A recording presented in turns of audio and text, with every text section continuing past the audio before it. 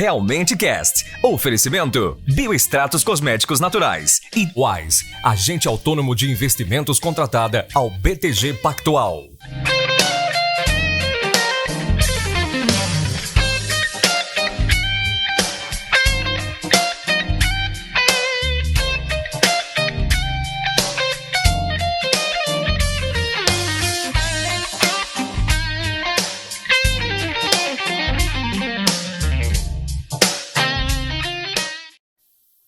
Fala galera, boa noite! O Realmente Cast de hoje está sensacional. Como você sabe, o primeiro podcast da TV sempre traz aqui muita gente boa, muita gente de história. E pegando esse gancho, vamos trazer um grande historiador que se chama Danilo Cavalcante. Está aqui comigo, Danilo. Apertar sua mão, agradecer aqui sua vida. O cara que é de Recife, Pernambuco, veio para cá para poder realmente participar aqui com a gente. O cara que eu já acompanho nas redes sociais, o Instagram dele vai aparecer aqui também, então você o siga, que é um cara bacana, um cara que faz um conteúdo muito bom. Antes da gente começar o papo, tenho claro que falar dos nossos patrocinadores. Então, primeiro, claro, temos aqui a Bioextratos, que inclusive já tem um brinde para você aqui, que eu já vou entrar. Então, a Bioextratos é uma parceira nossa, uma rede de cosméticos nacional, que está presente aí em praticamente todos os estados. Então, vale a pena sim que, porventura, você tenha o seu salão, tenha o seu comércio, que você venha vender, porque são produtos excelentes e com certeza o Danilo vai aprovar já também. Beleza? Então, claro, também a gente não pode esquecer da Wise, que é realmente uma parceira muito forte nossa, muito bacana. Então, você que tem interesse em investir com profissionais, você pode procurar a Wise. A Wise nada mais é do que sócia contratada do BTG Pactual, o maior banco de investimentos da América Latina. Então, você não está lidando com gente fraca, você está lidando com muita gente profissional. Então, pode ter certeza que você vai estar muito bem assessorado, beleza? Então, sem mais demora, sem mais delongas, Danilo Cavalcante aqui com a gente, meu grande ilustre. Queria mais uma vez agradecer a sua presença. Então, seguinte, ó, essa câmera aqui central é a sua, é a nossa aqui, que aparece aqui nós dois. Essa aqui do lado é a sua. Então, se você quiser falar para alguém, pode falar para ela, que ela ali é a minha. Aí você fica bem à vontade. O programa é seu, meu amigo. Faça aí as honras. Quem porventura não lhe conhece aí, se apresente. Pois bem, então, agradeço aí imensamente o convite. Meu nome é Danilo Cavalcante, como vocês já viram aí desde o início. Sou formado em História pela UFPE. Estou aí desde o ano de 2011 produzindo conteúdo na internet. Venho ajudando aí já milhares de pessoas que foram impactadas pelo conteúdo que eu produzo. Hoje tem uma escola online, né, para conservadores, cujo nome é O Farol. Também atuo ali no campo do cinema, né? Eu converso sobre filmes, eu faço análises de filmes no meu clube Meia Entrada, que é um clube exclusivamente para analisar filmes a partir da perspectiva dos valores que nos são passados na obra. Inclusive, recentemente você fez uma do Homem-Aranha, não foi? Uma do Homem-Aranha novo que teve, você fez, né, uma análise legal. Cara, isso é fantástico. Logicamente que aqui, nosso programa é curto para o que tanta gente tem para conversar. Acho que se fosse deixar aqui ia ser mais de 3, 4 horas de papo, mas a gente vai tentar puxar o máximo de coisas que sejam mais, digamos assim, mais fáceis da pessoa entender. A gente também tem que ser um pouco objetivo, claro, mas acho que tem muita coisa boa para a gente trazer. Acho que o início não tem como ser diferente, não contar a sua história em termos de crescimento. Você é novo, tem 23 anos, acabou de me dizer aqui fora do ar, aqui antes eu pensava que ele tinha mais pela desenvoltura, né, pelo conteúdo, mas se apresenta um pouquinho e conta um pouquinho da sua história de vida, né? Pois bem, eu sou natural de Recife, né, o sotaque não deixa mentir. Pernambucano e torcedor do Esporte Clube do Recife. Pernambucano e torcedor do maior time do Norte-Nordeste brasileiro. Nascido e criado em Recife, então desde sempre eu tive uma paixão pela história, né? Desde a minha infância.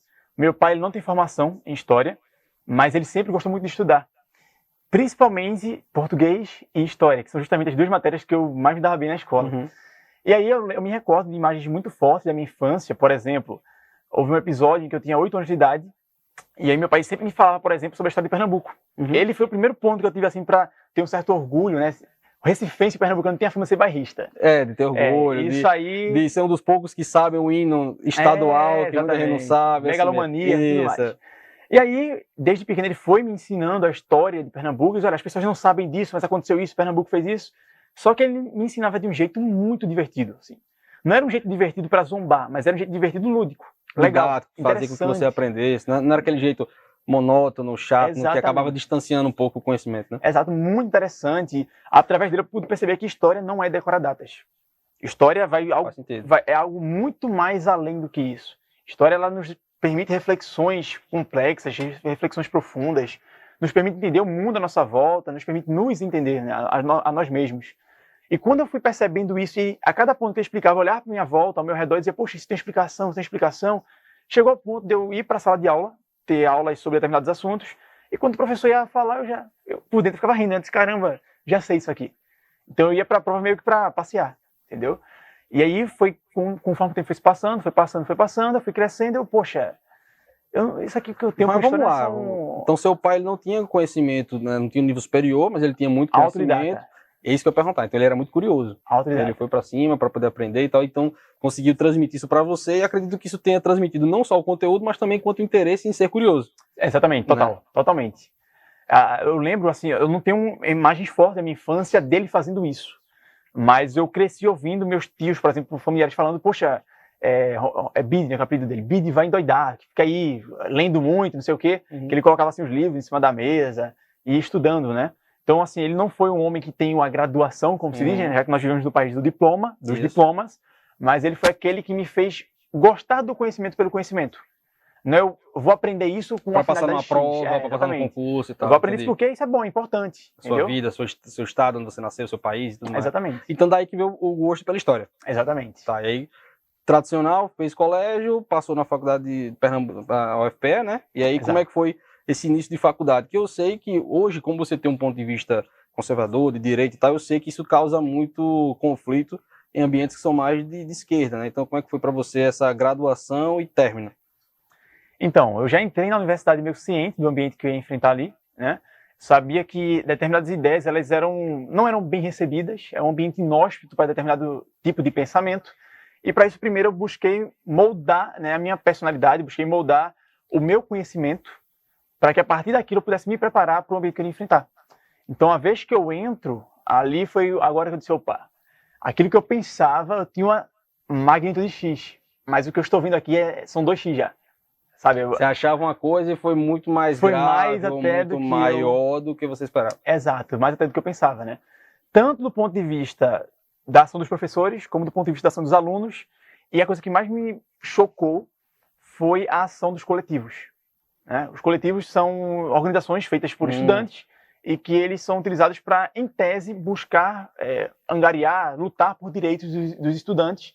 E logo no início eu pude perceber que a pauta não era de fato estudantil. Era uma pauta muito mais ideológica e política, no sentido prático mesmo da coisa, aquela política do dia a dia, de eleições, de eleger o candidato X ou Y, do que propriamente defender os estudantes. Então, quando eu me deparei com aquilo, eu disse, opa, eu tenho aqui uma situação em que eu tenho que lidar de maneira, obviamente, respeitosa, porque eles têm o direito deles de, enfim, se expressarem, e, obviamente, nunca vou me posicionar contra isso. No entanto, eu também preciso ter o meu direito respeitado. E, assim, eu posso citar diversas situações durante a graduação em que esse meu direito de pensar diferente foi cerceado. Cita uma. Vou citar aqui logo, assim, aqui de imediato. Fica à vontade aí. Aqui de imediato mais me chocou, assim, eu tinha uma página, né, no Facebook, na época. Como eu falei no início, eu produzo conteúdo desde 2011. Então eu tinha uma página no Facebook. E essa página já tinha um número interessante de seguidores, de curtidas, né, no Facebook era curtidas. E o pessoal da minha classe terminou descobrindo que eu tinha essa página. Como se fosse algo em segredo, meu Deus do céu. Produto na internet. Tudo bem que hoje está muito disseminado, mas antigamente, né, 2011, né? Então, assim, há muito tempo atrás não era tão disseminado quanto hoje, mas mesmo assim não era nada de errado. Mas aí, nesse ano, o ano da minha graduação foi em 2016, né? Só que já vinha desde antes produzindo. E aí, quando descobriram, aí começaram a pegar prints meus, assim, até que chegou um caso que foi bem icônico, que eu nunca vou esquecer. Pegaram um print meu, mandaram para uma pós-doutora de uma universidade bem grande aí, que é talvez uma das maiores do Brasil. Não vou dizer o nome, senão vai chegar diretamente da pessoa, né? Tá. E essa pessoa foi falar com a pessoa que me orientava. Foi reclamar. Sabe que teu orientando, ele pensa nisso aqui? Sabe que ele acredita nesse tipo de coisa? Que ele é conservador? Né? E aí, enfim, colocou-me naquela situação de que, poxa, peraí, eu fiz algo na minha rede privada, coloquei um pensamento meu que, assim, pelo menos em tese, não vai ofender a honra de ninguém, porque alguém haveria de se incomodar com algo que eu penso, sendo que eu consigo separar perfeitamente o ambiente acadêmico, aquilo que eu produzo, com esmero, com dedicação, sendo um bom estudante, daquilo que eu falo fora da universidade. Então, quando eu percebi aquilo, então eles não separam essa dicotomia, né? Eles não separam. E eu digo eles porque, de fato, eram eles. Várias outras situações aconteceram em que eu pude perceber que aquela democracia que tanto era defendida, ela só existe, no papel, digamos, lá. Se fosse um livro, né, se a democracia desse campo ideológico fosse um livro, eu diria que ela só existe até a segunda linha do prefácio. Então é só aquele discursinho inicial mesmo, aquela bandeira que se levanta, mas que quando você vai ver a fundo, realmente não é só aquele velho ditado de farinha pouca, minha farinha primeiro, né? Meu pirão primeiro. Então você coloca ali. Que isso, infelizmente, é o que acontece em muitos ambientes socialistas e tudo mais. Tem essa questão dessa ideia, mas que na prática a gente viu. Então, a gente cansou de ver coisas, tipo a Rússia que está aí em guerra com a Ucrânia, demonstra um pouco isso aí, o tempo que faz que o Putin está no poder, o tempo que faz que a China tem o sistema autoritário que tem, enfim, muitas coisas que a gente vê. Sendo que o que eu acho mais bizarro é ver ambientes acadêmicos, como é o caso quando você também está demonstrando, que é algo extremamente disseminado e que há como se fosse uma espécie de uma revolta contra o capitalismo, contra a direita, como se fosse errado pensar dessa forma. Então você acha que isso é algo que está disseminado em várias faculdades, universidades, enfim, você acha que isso está disseminado de uma forma até difícil de você contra-argumentar? Diria que em vários níveis, na verdade. A universidade ela é um ponto. Eu diria que ela é parte do problema nesse sentido.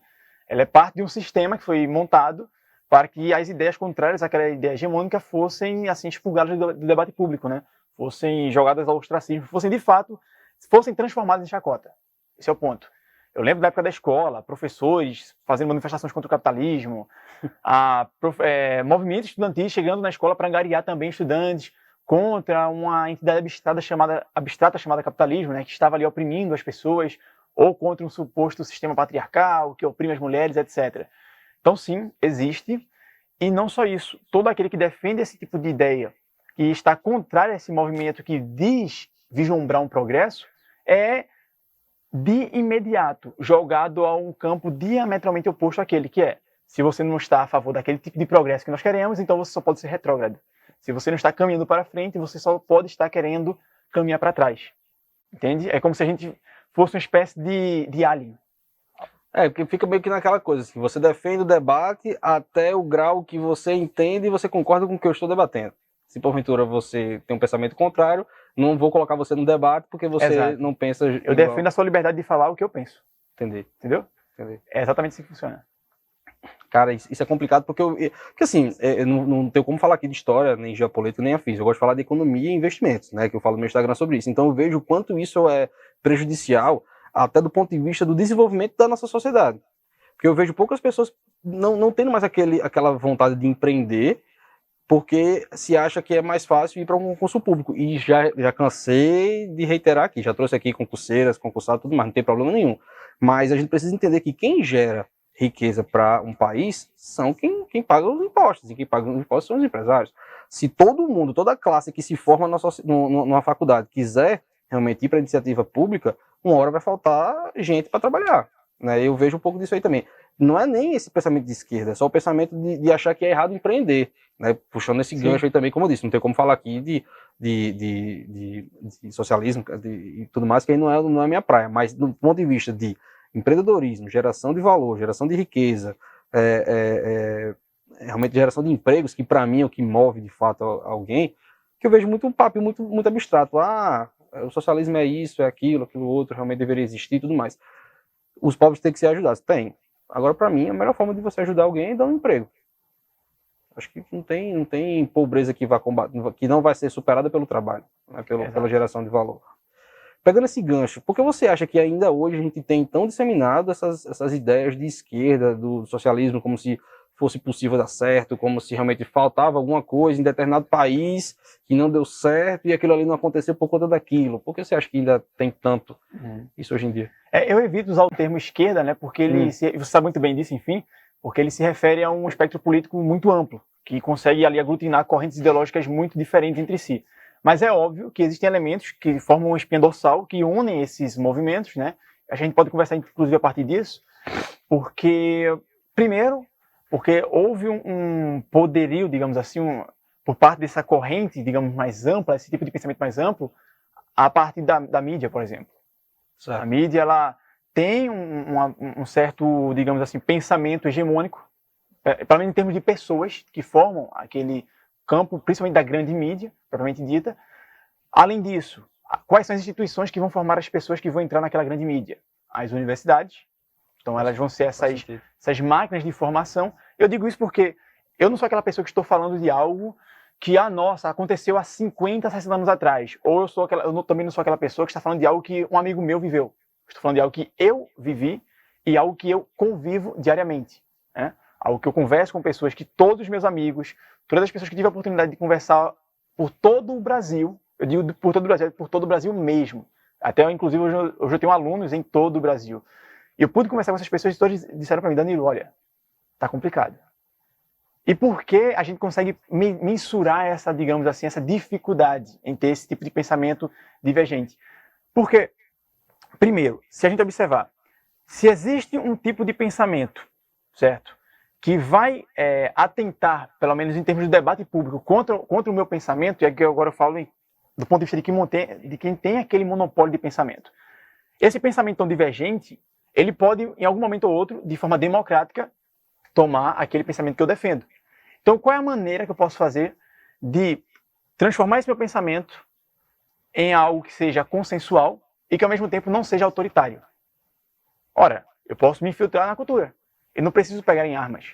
Basicamente, eu preciso fazer com que as novelas falem o que eu quero, os programas de televisão falem o que eu quero, as músicas falem o que eu quero, os influencers falem o que eu quero, e assim sucessivamente. Porque você começa a mudar dentro de cada pessoa, né? Exato. Não é aquela imposição, não acredito em mim, mata. Vai chegar uma hora que não vai ter jeito para matar. Sim. Né? Eu digo assim, do ponto de vista totalitário da coisa, né? De você ser contrário a uma ideia que seja contrária a você, né? Então tem um pouco disso aí também. Por que eu falo também desse aspecto financeiro da coisa também? Porque eu vejo que é um ambiente que, infelizmente, deixa eu me afastar um pouquinho para ficar mais centralizado aqui, que eu não estou centralizado, não.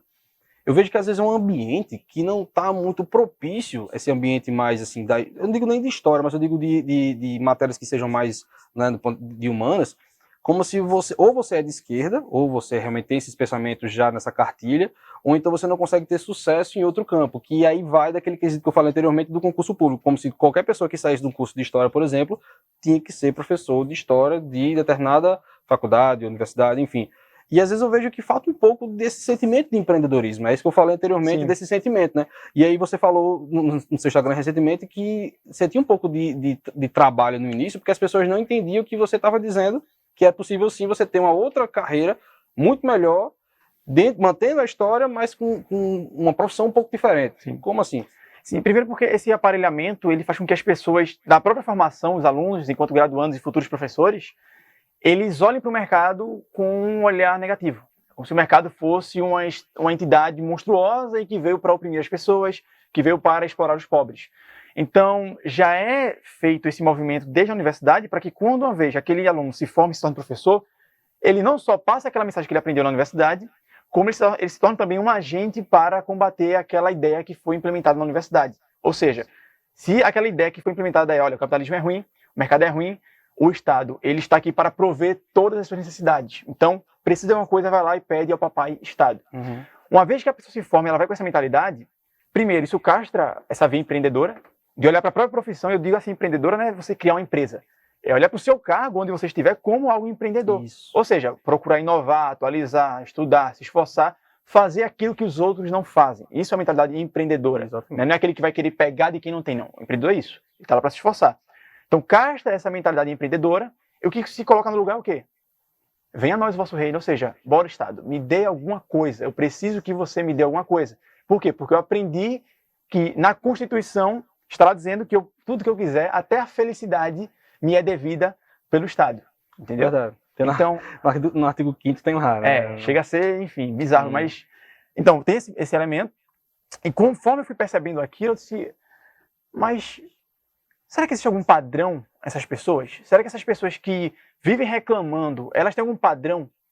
Ou será que, de fato, elas estão sendo ali injustiçadas? E foi quando eu percebi que, via de regra, o padrão do professor que reclama do salário, o padrão do professor que não ganha bem, que não é bem remunerado, é um professor que não está estudando sempre ali, que já pega o material do livro e só faz transmitir na sala de aula, ou é aquele professor que pega a sala de aula só para passar algumas atividades enquanto ele faz outra coisa, ou é um professor que simplesmente está frustrado. Ele percebeu que aquilo que ele aprendeu na escola, na universidade, de que, olha, o ensino tem que ser construtivista, ele tem que fazer isso e pegar a realidade do aluno, e quando ele chega na sala de aula, muitas vezes na escola pública, o ventilador está quebrado, a banca não está em bom estado, a sala não está bem equipada, estruturada, então ele se frustra. Só que quando ele se frustra, ele não quer olhar para a solução. Ou pelo menos para a foca muito solução. no problema, enfatiza, não estou dando uma aula bem por conta disso, disso, porque o aluno não quer aprender, porque não sei o quê. Ele não tenta se preocupar em aprender a melhorar o seu tipo de ensino e tentar encontrar objetivos maiores. E ele não olha para a solução que pode partir dele. Então assim, não, vamos fazer um protesto, vamos fazer aqui uma carta para o governo e esperar o secretário resolver alguma coisa. Mas peraí, o que é que você pode fazer para mudar a sua situação? Eu não estou aqui para defender o revolucionário que vai mudar o mundo, é a tua situação. É a tua situação. E, em geral, o que eu via? Chegava na sala de aula, os alunos estavam na universidade, né, meus colegas de classe estavam falando, pô, tô recebendo R$12 a hora a aula, tô recebendo R$15 a hora a aula, que absurdo. Só que eu olhava pro padrão estudantil dessas pessoas e já...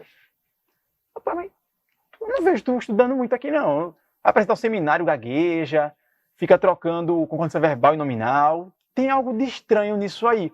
Até que quando eu fui para a prática docente de fato, nos meus 4 estágios da universidade, em que eu pude lidar com professores diferentes, eu pude ver a vivência de cada um, eu percebi que aquele professor que era melhor remunerado era um professor que se qualificou mais e que continuava se qualificando.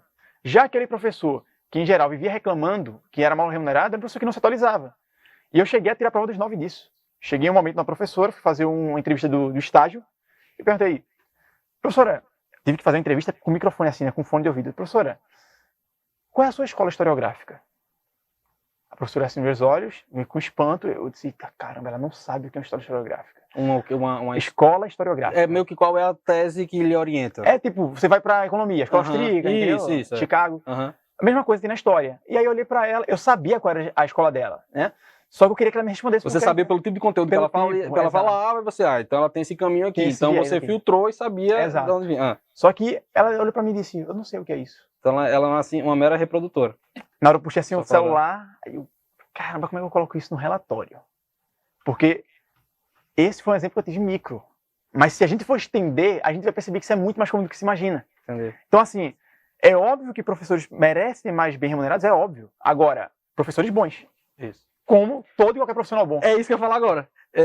Tipo, para a surpresa de 0 pessoas, quem tem menos qualificação recebe menos. É meio que um fato. Infelizmente é a verdade. Agora, aquele sentimento de Estado que você falou, um pouco disso aí também. É como se você esperasse cair do céu, cair do Estado, para você conquistar ali e ter sua remuneração. E você abre mão de se qualificar. Né? É isso que você está dizendo. Porque eu acho que quando você partiu para a internet, para poder ter você desenvolver uma escola, as pessoas aprendem realmente na internet com o seu curso e tudo mais. Então você conseguiu qualificar mais as pessoas, mas que infelizmente é uma qualificação muito pequena, de acordo com tudo que é gerado de uma escola tradicional, né? Então assim, e primeiro, as pessoas que lhe procuram são curiosas, elas que vão buscar, elas que vão atrás. Não é alguém que vai chegar e vai sentar automaticamente na sua aula. Por quê? Porque o automaticamente já é o tradicional que está sendo estudado. Então você tem que quebrar uma barreira que a pessoa já criou há não sei quanto tempo de escola, né? Para você, em termos de aluno, de pessoas que vão lhe procurar, que são os seus clientes, os seus alunos, né, e tal, você acha que que essa ideia de você ter que quebrar essa barreira inicial já desse conhecimento é mais difícil do que se você fosse dar um novo conhecimento?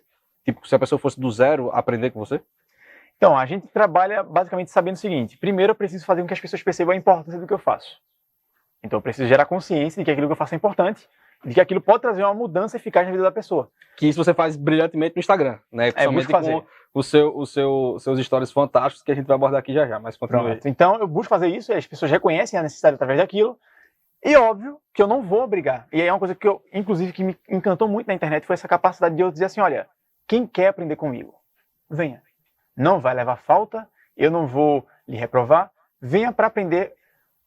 Lembra daquele movimento que eu falei no início que eu tive com meu pai? Do conhecimento pelo conhecimento. Então, venha buscar o conhecimento pelo conhecimento.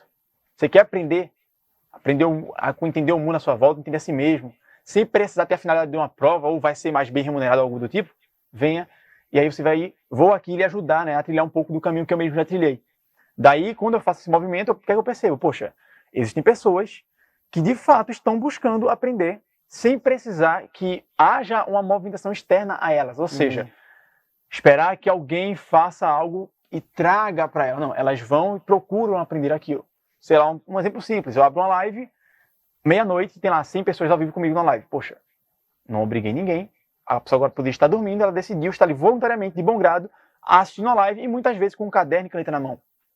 Entendeu? Então esse valor, esse voluntarismo, né? Porque eu acredito que isso é o que torna a arte da educação fantástica. É quando o indivíduo ele toma para si não a educação como um direito, mas como um dever. E é o que a gente viu muito nesse boom todo que a gente viu do marketing digital e cursos online, que viu cada vez mais as pessoas buscando por conta própria se qualificar em área determinada que for. Eu já vi gente fazendo curso de crochê, de japonês, de história, de finanças, de investimentos. Enfim, o que não falta hoje é um curso de alguma coisa. E muita gente critica esse ambiente de vendedor de curso, quando na verdade, para quem vende um bom curso e entrega um conteúdo de valor, você está melhorando a vida de inúmeras pessoas com aquele conteúdo que você está gerando. E tem também aquele pensamentozinho da pessoa, vai para a internet só para gerar curso, só para vender curso, não sei o quê. Porque existem os bons e os maus profissionais. E o mercado, até nisso, ele é justo. Ele filtra. Quando o mercado ele é responsável por fazer a escolha, é lei de oferta e procura. Se está todo mundo querendo comprar alguma coisa, o preço dele vai subir. Se está todo mundo querendo vender, ele vai cair. E na minha mente tem uma diferença muito clara entre a fonte de receita e o negócio. Tem gente que chega, trambiqueiros, né, charlatões, chegam e fazem a fonte de receita deles. Vão lá, roubam as pessoas. Tem gente que faz isso de fato. Mas no longo prazo, quando digo longo prazo não é muito não, né? 20 anos não. Na internet o prazo é muito curto. 5 anos. A gente sabe ali quem são as frutas podres, estavam oferecendo ali coisas que não eram condizentes com o que estavam prometendo, né? E aqueles que de fato produzem algo e prometem algo e entregam algo de valor. E aí é óbvio que com o tempo a colheita ela vem para todos. Que a vantagem dessa livre oferta é justamente por conta disso, porque o próprio mercado se regula. Agora, já pensou, se cada pessoa que fosse produzir algum conteúdo na internet fosse ter que ter uma aceitação do Estado, uma regulamentação, sindicato dos produtores, dos influencers, não sei o que e tal. Já pensou? Sim, então, assim, aí você cria um monopólio. Já pensou se eu produzo conteúdo sobre educação financeira e investimentos? Já pensou se eu tivesse que um Estado fosse me autorizar a produzir conteúdo? O que iria acontecer? Os grandes players iriam se unir para poder dizer, rapaz, eu não quero concorrência não. Então, Thiago Nigro, Bruno Perini, Lucas Pitt, não sei o que, os caras que são grandes, iriam ver aí, vamos juntar nossa patotinha aqui, e quem quiser entrar agora, que arque com as consequências, e muito difícil de você conseguir. Que é o que acontecia antigamente. Sendo que quando você não tem o livre mercado, quando você tem o Estado sempre botando o dedo em alguma coisa. Quando você deixa o mercado se resolver, resolve preço, resolve se é bom, se não é. Porque o Estado dizendo que é bom, que não é o Estado que está dizendo, não é o mercado. E a pessoa... É porque existe meio que uma relação paterna, só que não no sentido bom do termo. Existe uma relação paterna no sentido de que muitas pessoas se olham para si, como se fossem crianças que não conseguem nem levar a colher à boca, né? E aí espera que o Estado vá lá e faça isso, entendeu? Então eu fico pensando muitas vezes, poxa, se eu tivesse esperado, por exemplo, me formar para começar a trabalhar. A produzir conteúdo e começar a trabalhar e tudo mais, é verdade. Entendeu? Que é o grande mal de muita gente que acha que é uma sequência lógica. Não, primeiro eu só posso, depois que eu me formar e tudo mais. Minha esposa, ela produz conteúdo sobre disciplina positiva. É uma forma de educação com crianças um pouco mais respeitosa, você enxerga um pouco a criança, de fato, como uma criança, mas que ela tem voz. E aí ela estava no início achando, ela quer ser psicóloga, estava fazendo a faculdade de psicologia, e antes dela abrir o Instagram, ela estava com receio. Não sei se eu abro, não sei se não sei o que. Eu falei, meu amigo, você tem que abrir. Hoje ela está com quase 13 mil seguidores de um ano para cá, porque o conteúdo dela é muito bom. Quando você se formar psicólogo, vai ter uma penca de pessoas que vão lhe procurar pelo conteúdo. Olha aí. Eu lembro uma coisa muito icônica que aconteceu. Quando eu me formei, eu estava beirando os 200 mil seguidores no Instagram. E aí eu saí dos grupos da faculdade, né? Só que eu tinha algumas pessoas que continuaram, amigos meus. E aí eles me mandaram um print. Sério, Danilo? Porque eu revelei só meu nome depois que eu me formei, né? Aí meu perfil tinha outro nome. Meu perfil tinha outro nome. Não tinha meu nome. O nome do perfil era... O nome do perfil do Instagram? É. Como o nome do perfil era O Conservador. Não tinha nem minha foto. Então você não aparecia, não? Era só conteúdo? Só conteúdo brutal o dia inteiro, todo dia. Caramba, e aí estratégia diferente aí. E aí até pra me resguardar, né? A minha imagem, entendeu? E aí quando eu me formei, eu tava quase 200 mil seguidores, já tinha lançado o meu primeiro curso. Bicho, peraí, deixa eu interromper aí. As pessoas compravam o seu curso, que você estava ensinando alguma coisa sem olhar na sua cara. É. Cara, isso é bizarro, pô. Isso é bizarro. Pra você ver o poder do conteúdo bom. Sim. E aí, quando isso aconteceu, que eu me formei, aí as pessoas viram, né? Como assim ele tem 200 mil seguidores? Eu ria horrores. E aí, como assim ele tem 200 mil seguidores? Caramba, e viram que era engajado, que não era seguidor comprado e tudo mais. Exato. Aí eu disse, então, eu fiz o meu terreno, né? Por quê? O meu grande temor durante a universidade era, eu não posso deixar a minha vida financeira sob o poder de pessoas que não gostam de mim, ou de pessoas que a qualquer momento podem me demitir, ou que podem me expulsar daquele ambiente. Eu tô ouvindo o que eu mais gosto de ouvir. E quando a pessoa não pode deixar o seu futuro na mão de outras pessoas. Exato. Do mesmo jeito, não pode deixar na mão do Estado. Por isso que eu bato tão de frente. Você que não investe, invista. Não depende da aposentadoria, não depende do Exato. INSS. Eu falo isso todo dia no Instagram e tudo mais e tal. Porque você transferir a responsabilidade do seu futuro, da sua vida, para um terceiro, não deve dar muito legal. Não, eu lembro de um dia icônico. Eu estava no estágio do curso ainda de História, conversando com um professor, na sala dos professores. Algo, não lembro agora exatamente o tema, mas eu estava argumentando com ele em defesa de alguma coisa, que a coordenadora do estágio chegou na sala na hora, viu eu defendendo aquilo, ela disse que estava decepcionada comigo, entendeu? Pode falar o assunto? Não? Foi algo envolto à eleição de 2018, não lembro exatamente o tema, mas algo relacionado enfim, à política da época. E aí ela chegou na sala, se assustou com aquilo, ficou horrorizada, pelo menos disse que estava decepcionada e saiu na hora da sala, assim, bateu a porta, com muita força. Só que tem um problema, naquele momento, a minha aprovação estava na mão dela. Eu precisava que ela assinasse o meu termo de estágio e, enfim, eu pudesse levar para a universidade. Então eu passei ali umas 3 semanas me escondendo dela, para ver se ela esquecia do episódio. Então sempre que eu via ela, eu desviava o caminho, até que chegou, olha, tô aqui no meu último dia de estágio, então você poderia assinar aqui, ela assinou rápido, fui embora. E aquilo ali assinou mais uma vez uma alertinha, eu disse, poxa, vai chegar um momento, durante a minha trajetória ali profissional, em que eu vou estar na escola, ou na universidade, não sei, no pré-vestibular, que talvez algum aluno não goste de algo ali, vá falar com o coordenador, e aí, haja aquela pressão, eu venha a ser demitido.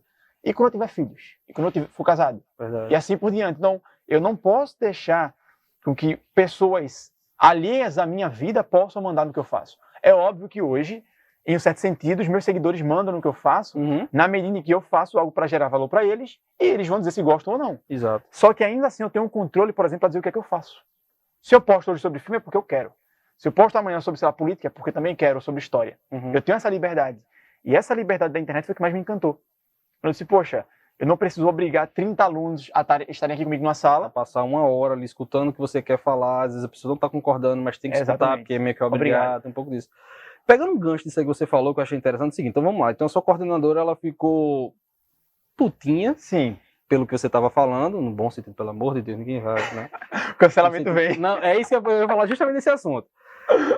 Então, assim, ficou chateada pelo que você tinha dito e agiu de forma contrária, né? Risco e tudo mais e tal. Então, ela meio que não estava concordando com o que você estava fazendo e agiu de uma forma realmente ruim.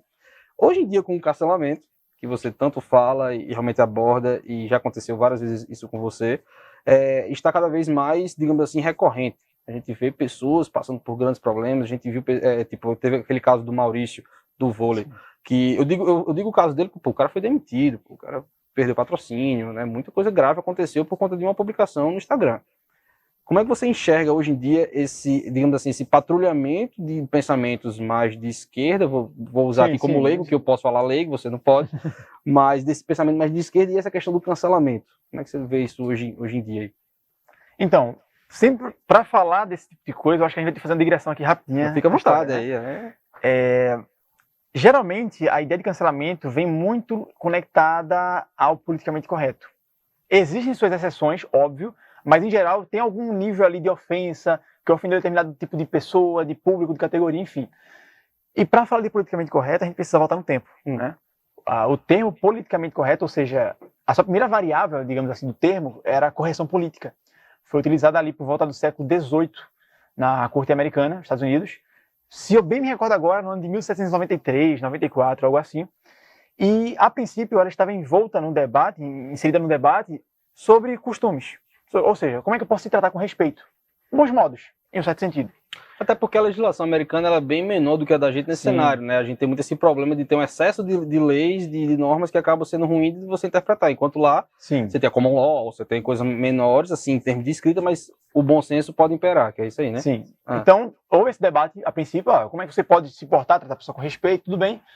Até que quando chega nos anos 60, 70, houve um sequestro do termo por movimentos sociais, a princípio com causas que a gente pode dizer que são nobres, né, movimento antirracista e tudo mais, só que, por exemplo, o movimento Black Panthers, né, o movimento dos Panteras Negras, ele vai adotar o termo no intuito de tentar promover a inclusão dos negros na sociedade americana. Você pode dizer, poxa, é uma boa causa. Como é que a causa em si a causa é perfeita, não tem como posicionar contra isso. O problema é o mecanismo que foi utilizado para a inserção. Por quê? Como é que eles queriam inserir o negro na sociedade, né? Esse tipo de movimentos, nesse sentido que eu estou aplicando? Eles queriam dizer, olha, você não pode falar esse termo porque esse termo é racista. Então você não pode falar isso porque isso vai constranger a pessoa, pode ofender a pessoa. Ok. Daí o movimento feminista diz, olha, você não pode usar esse termo porque pode ofender as mulheres. Aí o movimento LGBT, olha, você não pode usar. E assim os movimentos foram se fragmentando e todos com essa áurea do politicamente correto. O que é que eu posso falar que não vai te ofender? Entende? E aí, por volta dos anos 80, houve uma produção maciça acadêmica em cima desse termo, do conceito politicamente correto. E hoje é basicamente o que vai formular esse cenário que nos deparamos hoje. Que consiste em, basicamente, hoje o politicamente correto ele está muito longe de ser um mecanismo de inclusão. Pelo contrário, ele hoje está mais para um mecanismo de censura. De censura daquilo que pensa diferente e, principalmente, daquilo que não está de acordo com a pauta ideológica que foi definida. Ou seja, Caramba, é difícil. alguém, não dá para dizer exatamente quem pensou nisso em algum momento, em alguma primeira instância, e disse, olha, isso aqui você não pode dizer. O problema disso é que o politicamente correto, a pedra angular do politicamente correto, ela é muito subjetiva, porque ela está calcada no fórum da ofensa. Poxa, a ofensa é algo em grande escala relativa. O que pode te ofender, pode não me ofender. Eu digo isso porque, por exemplo, tem a piada de humor negro, né? Eu não digo nem o humor negro, tudo bem, não interrompendo, mas eu digo algo que foi algo recente. Ontem, no Sim. Oscar, a gente viu o que aconteceu Exato. no Oscar. Foi em razão de uma piada. E houve realmente uma agressão. Sim. O Will Smith, para quem porventura não tenha visto, no meio da cerimônia, um comediante chamado Chris Rock, ele fez uma piada que foi direcionada à esposa de Will Smith, que não gostou, se levantou e foi até lá e deu um tapa na cara dele. E eu fiquei cara, humor tem sempre esse litígio, Sim. né, de entendimento, e tem também a questão da defesa da sua honra, da sua mulher e tudo mais. Eu prefiro não emitir opinião, porque não me debrucei nisso para poder emitir, mas é um pouco disso aí também, né? Você tem esse embate Sempre vai de ter. ideias que... Sempre vai ter. E o problema de ser um campo muitas vezes subjetivo é que, como eu disse, o que pode te ofender pode não me ofender. Exato, que quando você pegou do humor negro. Exatamente. Né? Então, assim, por exemplo, essas piadas de humor negro a gente sabe que veio pela internet, muitas delas, por exemplo, as que são sobre negros, eu diria que 99% das que eu aprendi foram com amigos meus negros. E que falam uma brincadeira, porque eles sabem distinguir a palavra da ação. E esse é o problema central do politicamente correto. É não saber fazer, ou pelo menos de maneira inocente ou muitas vezes intencional, não fazer a distinção da palavra e da ação e, principalmente, da descrição e da intenção. Muitas vezes eu posso aqui soltar brincadeira com você e eu não quero te humilhar. É só pela brincadeira. Muitas vezes. Em outros momentos eu posso realmente ter intenção. Só que a intenção ela não pode ser calcada pela palavra. A gente vive numa língua, a gente partilha de uma língua que ela é assim, pluiforme, né? Ela é rica demais. Uma palavra, ela pode ter múltiplos significados. E do mesmo jeito que várias palavras podem significar uma mesma coisa. Exatamente. Então, você pega manga. Manga pode ser fruta, pode ser da camisa, pode ser, até em Recife chama de ri. Mangado. Mangador. Então, assim, são muitos significados. Então, se você proíbe uma palavra isolada, você está justamente empobrecendo a língua portuguesa, ou, no caso, a língua como um todo, no sentido mais amplo. Que está em alta também, né? Termos que a gente, de forma geral, utiliza sem ter esse cunho, não pensa, tipo, por exemplo, criado mudo. Exatamente. É uma palavra bem conhecida, as pessoas utilizam, mas que você pegar um criado que é mudo, aí o criado negro, tá? Então tem toda essa questão, né? Então, termos da língua portuguesa que estão sendo objetivados como racistas, né? E eu levanto um questionamento em cima disso, que é, quem de fato está sendo racista? Quem usa o termo criado mudo para se referir a um objeto, ou quem está pensando no negro e querendo proibir aquela fala? Porque eu digo, sem medo de errar, a maioria esmagadora das pessoas que falavam esse termo, até esse movimento começar a falar sobre isso, sequer faziam ideia de que era sobre um negro que foi escravizado, etc. Então, é saber diferenciar essa questão da intenção, da descrição, da ação e da palavra, e é onde a gente entra justamente nesses cancelamentos mais recentes. Né? Porque se você pega a ideia de que a ofensa ela vai ser agora o parâmetro para dizer se aquilo foi errado ou se foi certo, você está jogando algo que é objetivo, ou seja, o que é crime e o que não é, no fórum puramente subjetivo, que é quem é que vai ser o juiz dessa questão, dessa causa. Todo mundo. Todo mundo é o juiz, todo mundo julga, todo mundo aponta o dedo. Se todo mundo é juiz, não é juiz. Exato. Vira uma anarquia ideológica. Então, politicamente correto, ele faz isso. Mas o problema que eu tô vendo é porque isso está incidido não na esfera ideológica, na esfera também das pessoas. As pessoas estão sendo punidas por conta disso. Não tô aqui querendo passar pano, mas, por exemplo, teve outro caso lá do Monark, não tô querendo defender o que ele falou, mas eu tô dizendo o que aconteceu. Ele falou alguma coisa e aquilo ali representou ao cancelamento de inúmeros patrocínios que o Flow tinha. O Flow, para você que não sabe, é o maior podcast, junto com o Podpah, o maior podcast do Brasil, e ele tem uma cadeia de outros podcasts que estão junto naquele ambiente e que todos foram afetados pelaquela fala de Monark, até que eles decidiram que Monark teve que sair. Ele realmente e foi um dos fundadores. Então veja a que ponto chegou o nível do cancelamento, dessa questão da ausência de julgamento.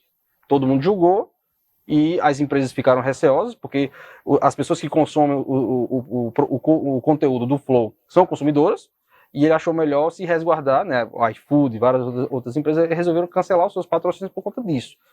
E esse é meu receio quando você sai da esfera ideológica e vai para a esfera realmente de punição, exatamente. E aí onde entra o que eu falei. É não saber diferenciar a descrição da intenção. Qualquer pessoa minimamente honesta vai ver aquela fala do Monark e vai dizer, olha, ele não teve a intenção de fazer apologia a essa ideologia. Ele está... Sabe o que é? Porque no caso de Monark, ele defende tanto a liberdade a todo custo, que acho que ele não entendeu o que ele estava dizendo de uma forma geral. Sim, claro, claro. Sim. Tem um pouco disso aí também. E eu entendi o que ele está dizendo, sendo que é difícil você defender, né, quando ele meio que aprova que era para existir um partido nazista. Não, a questão não é defender a ideia, eu sou contra essa ideia. Acho absurda. O problema aqui é querer destruir a vida do cara, porque ele falou algo ele falou algo sobre uma ideologia da qual ele não comunga. É saber diferenciar a descrição, mais uma vez, o que ele falou daquilo que ele quis dizer e do que de fato aquilo significa na prática. Entendi. Entendeu? Então, o problema de você punir alguém por uma ideia, muitas vezes, é porque você perde essa distinção entre pensamento e ação. Senão a gente termina entrando agora numa obra orwelliana, né? George Orwell. Essa ideia de um crime-ideia, né? Você tem um pensamento que agora ele é criminoso. Você tem um pensamento agora que ele não pode... Revolução dos Bichos também é um ótimo livro. Você agora vai ter um pensamento no qual a pessoa não vai poder... Leiam, pode ler, que aqui é fantástico.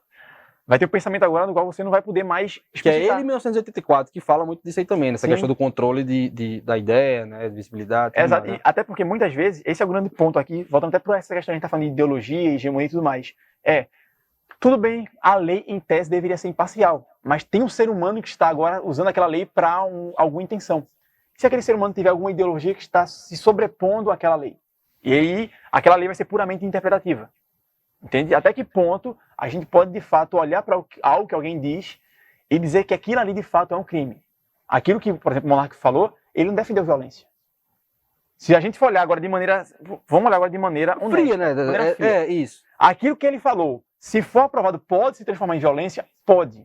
Só que naquele momento que ele falou aquilo, com certeza absoluta, ele não estava nem cogitando aquela possibilidade. Foi pura burrice e inocência mesmo. Foi ingenuidade, eu acho, misturado com álcool e drogas e afins, mas foi um pouco disso aí.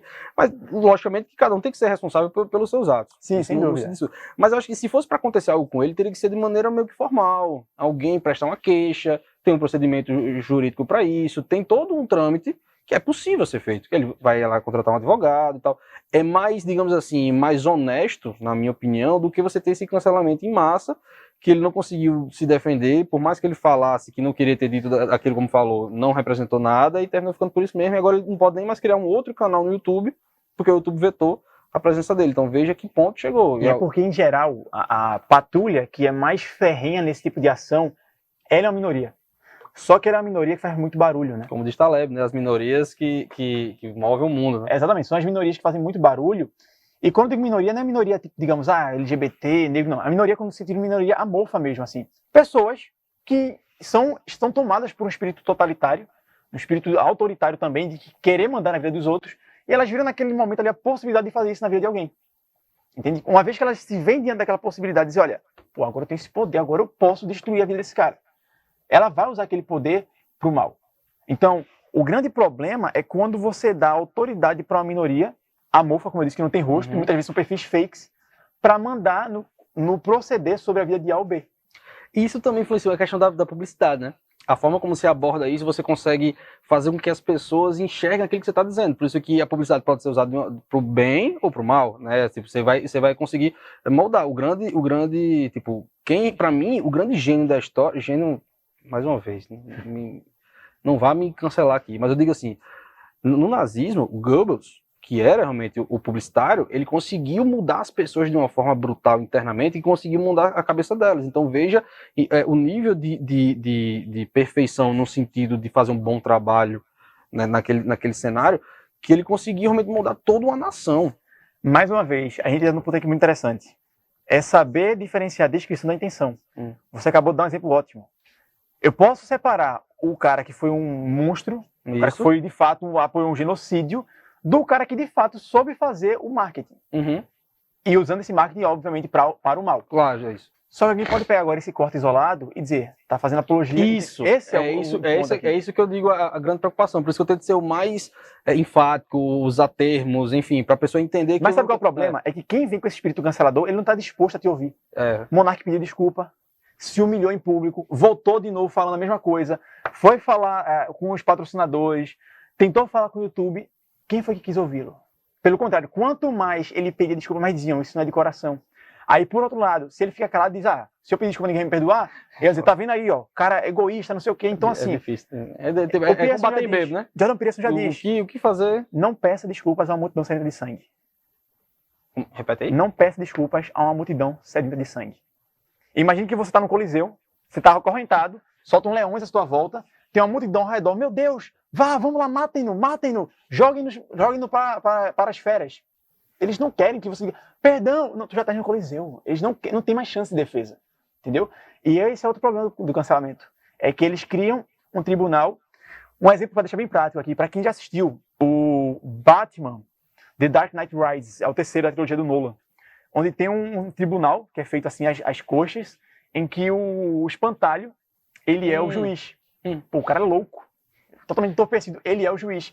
Ele dá duas opções para pessoas, olha, você quer ser morta ou você quer tentar atravessar ali um rio de gelo, tá congelado. Aí a pessoa diz, prefiro que me matem. Aí eles levem ele pro rio de gelo. É exatamente isso. Eles te dão duas opções, mas eles já sabem a que eles querem te levar, entendeu? É um simulacro de opções, é um simulacro de justiça. Eles não querem, de fato, que você tenha a liberdade de escolha. Eles querem que você escolha o que eles querem, pronto. Uma coisa pegando esse gancho, já mudando um pouco desse assunto, mas trazendo aí para a questão da publicidade, foi um tema que eu até conversei com você no Instagram, que foi quando você abordou a soltura, se eu não me engano, de João Santana, que é um marqueteiro do PT, que foi extremamente conhecido nas campanhas, né, do Lula e tudo mais, e você disse que ele fez uma campanha para um político daqui do Rio Grande do Norte, logo no início de carreira dele. Eu queria que você abordasse um pouquinho isso aí, não é fazendo mal, nem comparando com a publicidade que a gente falou anteriormente, não, é só no sentido de você conseguir mudar a visão das pessoas para uma determinada coisa quando você consegue fazer uma publicidade bem feita, né? Como é que foi isso aí? Símbolos, eles têm esse poder de moldar imaginários. Símbolos, eles têm o poder de construir, mas também têm o poder de desconstruir ou de destruir, em última instância. Eles podem fazer com que você tenha uma percepção aguçada sobre uma coisa, ou que você tenha uma percepção mais embaçada sobre outra coisa, ou que você abrace uma pauta, ou que você possa jogar outra pauta na lata do lixo. Isso serve para uma ideologia, isso serve para o seu campo profissional, isso serve para você como ser humano. Você agora está vestido dessa forma porque provavelmente, com certeza, na verdade, você quer passar alguma imagem, você quer passar alguma mensagem. Eu estou vestido dessa forma pelo mesmo motivo. Eu poderia agora chegar aqui de camisa regata, por exemplo, sei lá, uma camisa de carnaval. Poderia, só que eu sou um professor, eu quero que as pessoas me percebam enquanto tal. Na mesma medida em que eu sou professor e que eu quero que as pessoas me percebam enquanto tal, eu também não quero passar a imagem de que eu sou uma pessoa muito mais velha, que eu tenho, sei lá, 50 anos. Eu quero passar a imagem da pessoa que eu tenho a minha idade. Eu tenho 23 anos, então pronto, quero passar essa ideia. Isso, obviamente, vai refletir na política.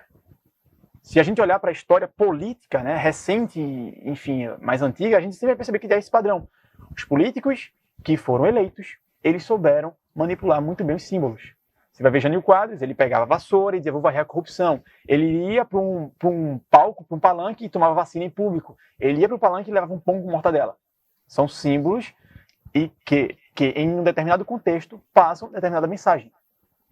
E aqui, né, no Rio Grande do Norte, tem aí acho que um caso emblemático, que foi o primeiro case da carreira de João Santana, que é o Garibaldi Alves, né? Ele foi ali, por volta de 1994, nos anos 90 precisamente, ele vinha de um histórico já, né?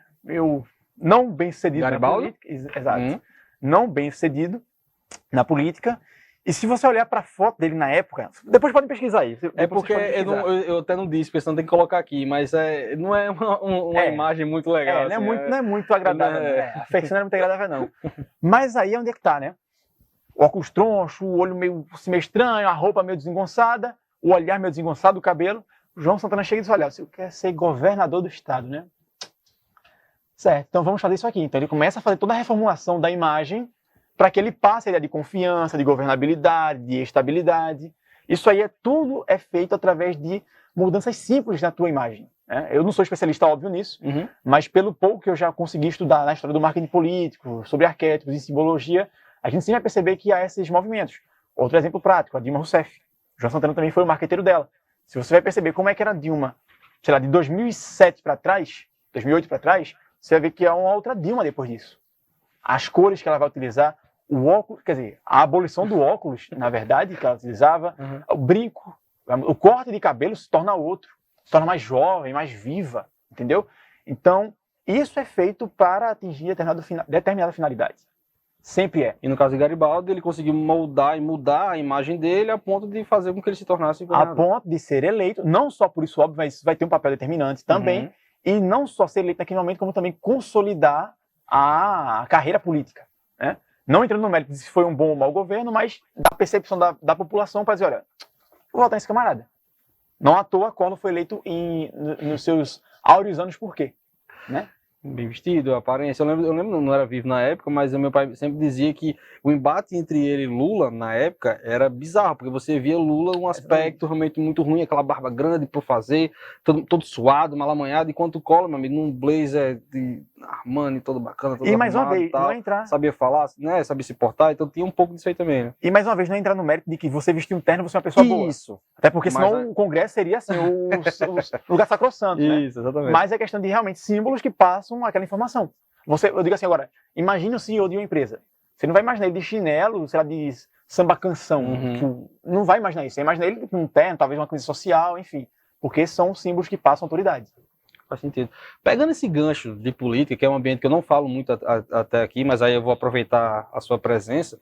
Recentemente a gente teve a presença de Lula, já que a gente falou agora de Collor, falou aí nesse embate com Lula, e eu lembro que você fez alguns comentários sobre a participação de Lula no Podpah. Como eu disse, o Podpah é um dos maiores podcasts da internet, realmente é muito bom, trazem diversos convidados, e um deles foi o Lula nessa época, e causou um alvoroço gigantesco, né? Um recorde em termos de audiência e tudo mais, não vou nem entrar nessa esfera aqui, vou transmitir para você.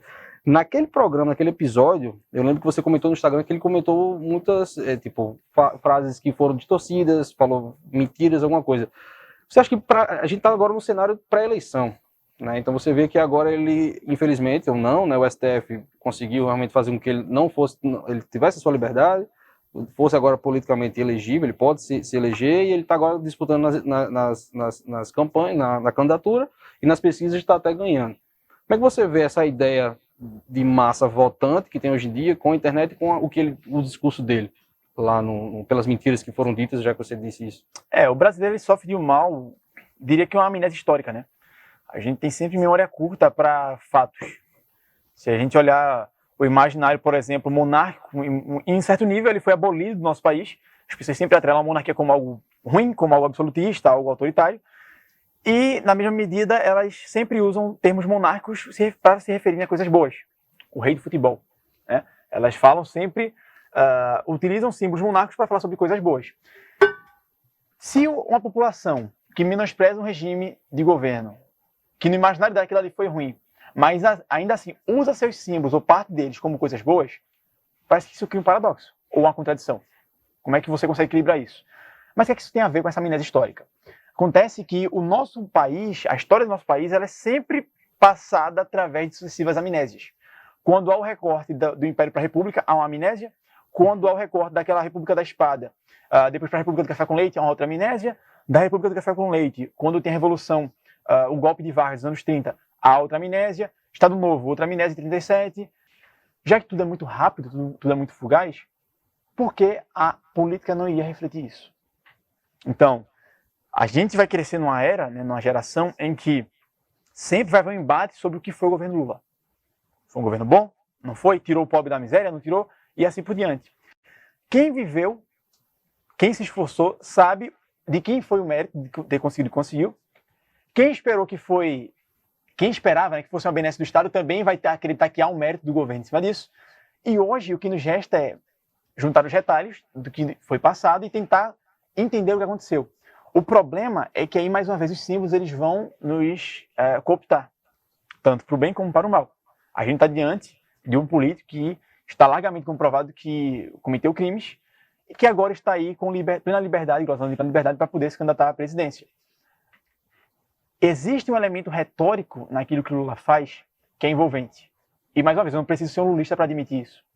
E não só envolvente, como tem um certo saudosismo. Porque ele evoca símbolos. É colocar carne na mesa do brasileiro novamente. É fazer com que o brasileiro, mais uma vez, possa se reunir para o churrasco com a família no domingo. Isso evoca na nossa mente elementos bons. Quem quer estar com a família, né? Então, ele utiliza esse elemento retórico, utiliza de um espaço que, pelo menos em tese, é plural, aberto a um público, só que é um público jovem. E um público que vai se deixar influenciar por aquela comunicação daquele ambiente. Uma vez que ele se adapta desses símbolos, daquela retórica e do ambiente adequado, ele tem um elemento ali ideal, o contexto ideal, para fazer com que as pessoas comprem aquelas ideias que ele colocou. Sem questionar se aquilo que ele fala é verídico ou não. Tem uma hora que ele fala lá que a ser de direita, o direita quer o mal pro pobre. Pelo amor de Deus.